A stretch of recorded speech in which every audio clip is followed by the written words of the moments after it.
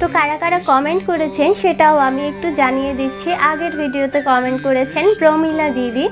তো প্রমিলা দিদি লিখেছেন রাধে রাধে, আপনাকেও রাধে রাধে, অনেক ধন্যবাদ কমেন্ট করে পাশে থাকার জন্য। এবং আরেকজন দাদা কমেন্ট করেছে নিধুবন হালদার। তো নিধুবন হালদার দাদা কমেন্ট করেছেন জয় রাধে রাধে, জয় শ্রীকৃষ্ণ, জয় শ্রীকৃষ্ণ। আপনাকেও জয় শ্রীকৃষ্ণ, রাধে রাধে।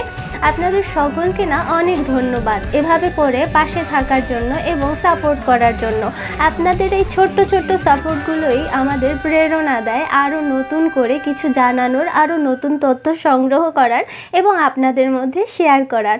তাই জন্য যারা যারা কমেন্ট করেছেন আবারও তাদেরকে অনেক ধন্যবাদ এবং আপনারা এরকম করেই পাশে থাকুন। এবার আমরা 13তম শ্লোকে পৌঁছে গেছি। প্রথম অধ্যায়ের 13তম শ্লোক। এখানে কি আছে আমরা একটু দেখে নিই। দেহিনুহস্মিন যথা দেহে কৌমারম যৌবনম জরা তথা দেহান্তর প্রাপ্তির্ধীরস্তত্র ন মুহ্যতি। অনুবাদ: মানুষের দেহে শৈশব, যৌবন ও বার্ধক্য যেভাবে আসে, মৃত্যুও সেইভাবেই আসে। জ্ঞানী ব্যক্তি তাহাতে শোক করেন না। তো এই যে জন্ম, মৃত্যু, জরা, ব্যাধি এইসব নিয়ে না যারা জ্ঞানী তারা শোক করে না, কিন্তু আমাদের মধ্যে জ্ঞানের স্বল্পতা রয়েছে, আমাদের মধ্যে মায়া অধিকতর রয়েছে। এই কারণে আমি, আপনি, আমরা সকলেই আমাদের এই প্রক্রিয়াগুলোর কারণে কষ্ট পাই।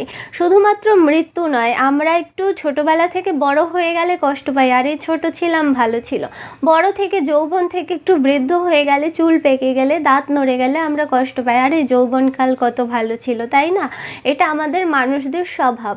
কিন্তু আমরা স্বভাবটাও যদি বা পরিবর্তন না করতে পারি, তবু আমাদের একটা নতুন স্বভাব বা নতুন নিয়ম তৈরি করা উচিত। সেটা হলো ভগবানকে ডাকা, যে ভগবান আমি কষ্ট পাচ্ছি ঠিক আছে, কিন্তু কিছু তো করার নেই, তোমার হাতেই সব কিছু। তো আমি তোমাকে ডাকছি, তুমি আমার কথাগুলো শোনো, তুমি আমার যে ইচ্ছাগুলো সেই ইচ্ছাগুলো পূরণ করো, আমার স্বপ্নগুলো পূরণ করো, আমার সঙ্গে থাকো সদা সর্বদার জন্য। আমি যেন কোনোভাবেই তোমাকে না ভুলে যাই। হ্যাঁ, এই সংসারের বাসনায় এতটা যেন লিপ্ত না হয়ে যায় যে আমি তোমাকে ভুলে যাচ্ছি। আমি সব কিছুর সঙ্গেই লিপ্ত থাকি, কিন্তু সঙ্গে সঙ্গে যেন তোমাকেও রাখতে পারি, এতটুকু কৃপা আমাকে করো। আমাদের সকলের, এই কলিযুগের মানুষদের জন্য এটাই হচ্ছে ভক্তির সহজ পথ। আমাদের জন্য সব কিছু ত্যাগ করে দেওয়া সহজ পথ নয়।